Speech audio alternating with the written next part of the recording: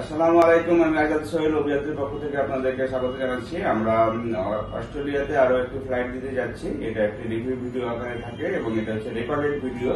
আমরা ওনার সাথে যেভাবে কথা বলেছি সেটার সাথে আমরা মিলিয়ে নিয়ে রাখি, কারণ হচ্ছে যে পরবর্তীতে যদি কোনো প্রকারে কোনো কমপ্লিকেসি আসে তাহলে পরে যেন আমরা এই ভিডিওর যে কথাবার্তা হচ্ছে সেই অনুযায়ী আমরা হচ্ছে ব্যবস্থা নেব ইনশাআল্লাহ।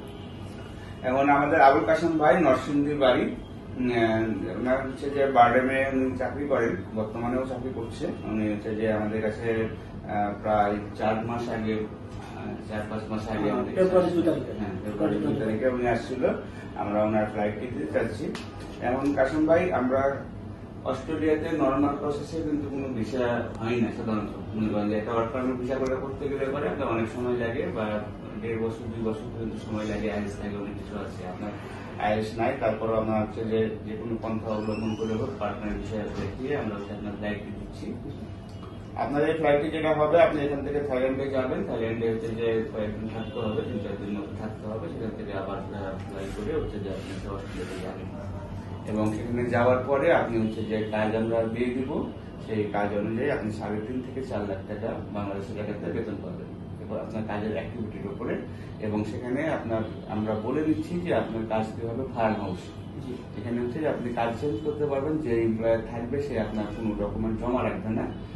আপনার যে পাসপোর্ট এবং আপনার যে ওখানকার যে বৈধ ভিসার যে কাগজপত্র, তার মেন কপিগুলো আপনার কাছেই থাকবে। এটা শুধুমাত্র তারা হচ্ছে যে যারা চাকরি দিবে আপনাকে, তারা হচ্ছে আপনার ফটোকপি বা আপনার হচ্ছে যে স্ক্যান কপি তারা জমা রাখবে। এবং পরবর্তীতে যদি আপনার সুবিধা হয় আপনি জব চেঞ্জ করতে পারবেন বা ব্যবস্থা নিতে পারবেন। আমরা উপজাতির পক্ষ থেকে যেটা করি সেটা হচ্ছে যে আপনার 2 বছর সেখানে ঠিক মতন বৈধভাবে থাকবেন, সেই ব্যবস্থা আমরা করে দিব। এবং যে ল ফার্মের মাধ্যমে কাজ হচ্ছে তার সাথে আপনার ইন্ট্রোডিউস থাকবে। আপনাকে এয়ারপোর্টেও তাদের প্রতিনিধি বা আমাদের মেন লয়ারও থাকতে পারে, সেটা আপনারা করবে। এবং সেখানে ঢোকার পরে কাজে যাওয়ার আগ পর্যন্ত যে সময়টা আছে সেটা হচ্ছে যে আমাদের লোকের কাছে আপনি থাকবেন, আপনার থাকা খাওয়া খরচও আমরা বিয়ার করবো। এরপর যখন আপনি কাজে চলে যাবেন তখন হচ্ছে যে কোম্পানি আপনাকে রেসিডেন্স দিবে, কিন্তু খাওয়াটা আপনার নিজে করতে হবে। ঠিক আছে, এই প্রত্যেকটা কথাই আপনাকে বলা হয়েছে এবং হচ্ছে যে অবগত করে আবার ওই যে রেকর্ডেড ভিডিও আকারে এটা করা হলো। এটা আবার স্ট্যাম্প পেপারও লেখা আছে এবং সেটাও আপনাকে বললাম। এখন আপনি যে আমাদের এখানে আসছেন, আপনার যদি কোনো কোশ্চেন থাকে বা আপনার যে ফ্লাইটটা নিয়ে যদি কোনো কনফিউশন থাকে সেটা নিয়ে আপনি আমার সাথে কথা বলতে পারেন। Thank you sir.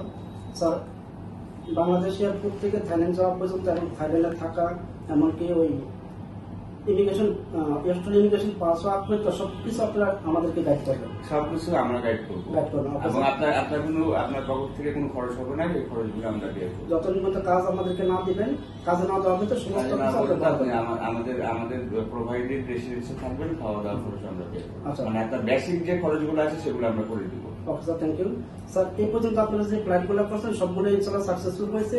তারপর আমি একটা প্রশ্ন রাখতে চাই স্যার, যে আপনারা যদি কোনো কারণে রিজেক্ট হয় বা কোনো কিছু হয়ে থাকে, ওই ক্ষেত্রে আপনারা অভিযাত্রী তার পলিসি অনুযায়ী হচ্ছে যে আপনার যদি কোনো ব্যাক আসে বা আসে কোনো টাকা আপনার লস হবে না।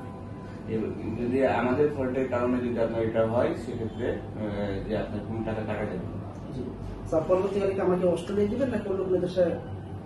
এটা হচ্ছে পরিস্থিতি অনুযায়ী। যদি আপনাকে অস্ট্রেলিয়াতে ইমিগ্রেশনে ক্রস করার সময় যদি আপনাকে অস্ট্রেলিয়া ব্লক করে দেয়, তাহলে আমাকে আপনার অস্ট্রেলিয়া ফ্লাইট দিতে পারবো না। তখন আমরা হচ্ছে যে আলোচনার সাপেক্ষে অন্য কোনো জায়গায় করা যায় জিনিসটাতে, বা যাই হোক না কেন উভয় পক্ষের মতামতের ভিত্তিতে অস্ট্রেলিয়া। আর যদি কিছু বলার থাকে এটা রেকর্ড আকারে থাকছে, আপনি যদি মানে ওভারঅল একটা অভিযাত্রী সম্পর্কে একটা মন্তব্য। আচ্ছা স্যার, আপনি একটা বলছিলেন যেখানে দিবেন যে কোম্পানি থাকার জায়গা দিবে, খাওয়া দাওয়া তো নিজে হতে পারে। ওটা যখন কোম্পানি চলে যাবেন তো কোম্পানি পলিসি অনুযায়ী চলে যাবেন। কোম্পানি যদি আপনাকে যদি খাওয়া দেয় তাহলে কোম্পানি খাওয়ার চলে গেলেন। বাট আমি বলতে অ্যাভারেজ বলতেছি, মানে মিনিমাম যে স্যালারি গুলা হয় সেই অনুযায়ী আপনাকে বলেছি। তবে বিদেশ মানে কিন্তু খুব বেশি